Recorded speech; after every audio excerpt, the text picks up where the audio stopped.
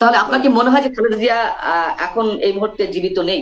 আমার বিশ্বাস উনি জীবিত নয়। এবং সরকার কেন এটি ডিক্লিয়ারেশনে দেরি করছে? ভিতরে উদ্দেশ্য যদি আপনি আপনি ব্যাখ্যা করার চেষ্টা করেছেন, যদি একবার বলেন, এক বাক্যে। সেটা দুটি দুটি কারণে সে সরকার করছে। একটি হলো তার নিজের কতটুকু থ্রেট হতে পারে ডিক্লেয়ার করলে পরে, এটা।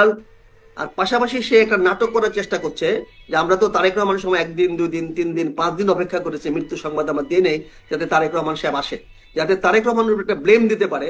এই জন্য সরকার সেই উদ্দেশ্য এই জিনিসটা ধামাচাপা দেওয়ার চেষ্টা করছে। খুব যে হবে এটা সরকার বুঝে গেছে বলে দেখেন তার মৃত্যুর আগে, মানে শেষ পর্যায়ে এসে ওনাকে বিশেষ গুরুত্বপূর্ণ ব্যক্তি বলে ঘোষণা করেছে, জি। যাতে ওনার বলয়, ওনার চারপাশে ওনার একটা বলয়, নিরাপত্তা বলয় তৈরি করা যায়, যেখানে হাসপাতাল নিরাপদ থাকলো, সরকার নিরাপদ থাকলো।